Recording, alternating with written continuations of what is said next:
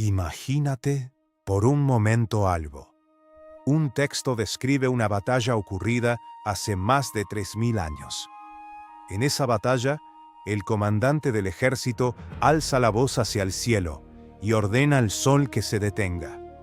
El sol obedece, permanece sobre el campo de batalla durante casi un día entero. Si ese fenómeno ocurriera hoy, los físicos señalan que las consecuencias serían catastróficas.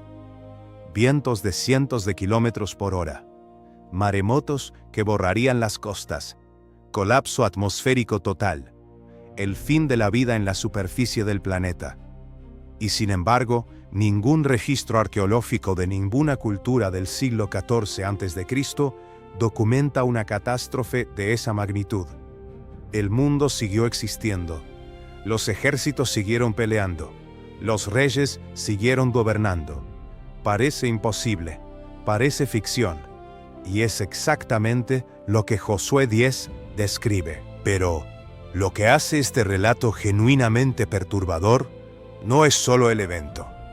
Es que la palabra que Josué usó, en hebreo, en el texto original, no significa lo que ninguna traducción ha transmitido desde hace siglos. Y esa diferencia es la puerta de entrada a algo que la ciencia todavía no ha podido cerrar. Primero, hay que estar en Gabaón para entender lo que pasó ahí. Año 1400 a.C. Israel acaba de cruzar el Jordán bajo el mando de Josué, hijo de Nun. La campaña de conquista de Canaán está en marcha. 5 reyes amorreos, los de Jerusalén, Hebrón, Jarmut, Laquis y Eglón, forman una coalición de guerra. El objetivo: destruir Gabaón, ciudad que ha firmado alianza con Israel. Josué recibe la noticia de noche. No espera el amanecer. Marcha desde Gilgal, 40 kilómetros de terreno de sierra, y ataca al alba sin previo aviso. El relato de Josué 10 no describe un milagro aislado.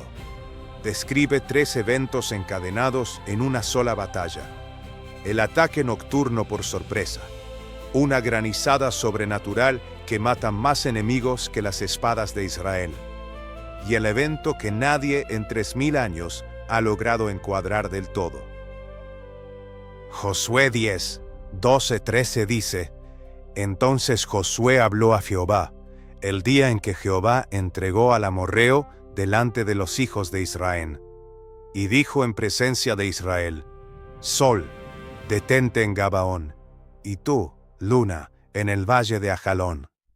Y el sol se detuvo, y la luna se paró, hasta que la gente se hubo vengado de sus enemigos.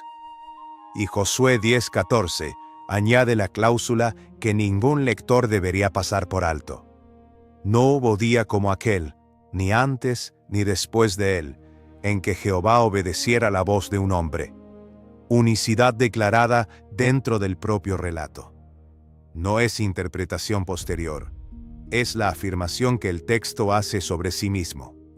Fíjate en algo que suele ignorarse. El propio Josué 10:13 cita por nombre una fuente que existía antes del texto canónico. ¿No está escrito esto en el libro de Jaser? El libro de Jaser era una colección de poesía histórica hebreo. El evento de Gabaón tenía registro en esa fuente antes de que el libro de Josué lo incluyera. Y el texto bíblico la nombra como evidencia. Y siglos después, Habacuc 3:11 lo confirma desde un contexto completamente diferente. El sol y la luna se pararon en su lugar. 2 fuentes bíblicas independientes. Una fuente extrabíblica citada por nombre dentro del propio texto. Un solo evento. Lo que pasó en Gabaón dejó huella en más de un lugar. Pero la capa más perturbadora de este relato no está en el evento. Está en las palabras exactas que Josué usó. La primera, dom. Dom. Dom no viene de ninguna raíz que signifique parar en sentido mecánico.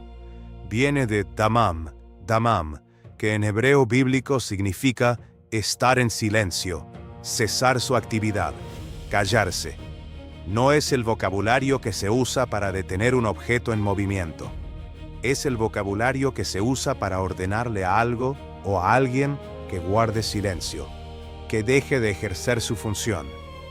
Josué no le dijo al sol, detente. Le dijo, en el sentido literal del hebreo, silencia tu actividad.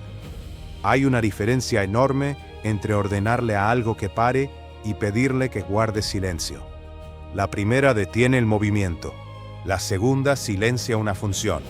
Son dos órdenes completamente distintas. La segunda palabra clave es amad, amad. Josué 10:13 dice que el sol quedó amad, que permaneció firme. Esa raíz significa estabilizarse, mantenerse en posición. No implica la detención de la rotación de la Tierra como condición de su cumplimiento. Implica la estabilización de una relación entre el Sol y el campo de batalla. Ninguna de las dos palabras describe una parada mecánica del planeta. Las traducciones al griego, al latín y finalmente al español vertieron dom como detente, la palabra más cercana disponible en cada idioma. Era una decisión de traducción legítima. Pero esa cadena de decisiones instaló una imagen: el sol clavado en el cielo, la Tierra con su rotación congelada, las consecuencias físicas esperando fuera de cuadro. Esa imagen no viene del texto hebreo, viene de lo que ocurrió entre el texto y su traducción. Aquí es donde los teólogos, lingüistas y exegetas se dividen desde hace siglos. Vale la pena conocer las tres posiciones con honestidad, porque ninguna cierra el debate por completo. La primera, una intervención sobrenatural directa sobre el sistema solar, con las consecuencias físicas mitigadas por el mismo poder que sostuvo el evento. El argumento no es que la física lo permite, es que el creador de las leyes físicas no está sujeto a ellas. Agustín de Hipona, en La Ciudad de Dios, y Justino Mártir usaron este episodio precisamente para demostrar que el poder del Creador trasciende y gobierna las leyes que Él mismo estableció. Si Dios sostiene las condiciones físicas del universo en cada momento, puede también sostenerlas bajo condiciones alteradas. La segunda, un fenómeno de refracción atmosférica que prolongó la luz visible más allá del horizonte natural, sin alterar la rotación de la Tierra. El ejército de Israel habría tenido luz suficiente para perseguir al enemigo durante más horas de las normales. Desde esta lectura, Dom y Amav describirían la experiencia del observador, el sol que no baja, que permanece firme en el campo de visión, no la mecánica del cosmos. La tercera posición es la más cercana al vocabulario hebraico original. Dom no describe al sol como objeto físico, sino como fuerza activa que ejerce calor, luz o radiación. Silenciar esa función, no detener el planeta, habría alterado las condiciones de la batalla sin requerir una parada mecánica. Esta lectura se apoya en que damam en el hebreo bíblico se usa para ordenarle a seres o fuerzas que cesen su actividad, no a objetos que se detengan. Y hay algo que conviene saber sobre cómo el judaísmo antiguo leía este episodio. El Midrash Agadat Bereshit registra que el profeta Elías, en oración ante Dios, apeló al milagro de Josué como precedente legal, como fundamento para pedir una intervención similar en su propia generación. El judaísmo antiguo no debatía el mecanismo, trataba el evento como hecho histórico establecido, con peso suficiente para fundar un argumento en oración siglos después. El texto no resuelve cuál de las tres posiciones es correcta, y eso es exactamente lo que lo hace tan perturbador. No tengo la última palabra sobre lo que ocurrió en Gabaón, pero sí tengo los datos. Dom no significa para. Amad no significa cesa tu rotación. El libro de Jaser fue citado por nombre como evidencia independiente dentro del propio texto canónico. Habacuc lo confirmó siglos después, desde otro contexto. Los padres de la Iglesia lo usaron para demostrar que el Creador gobierna lo que creó. El judaísmo antiguo lo trató como fundamento legal de oración.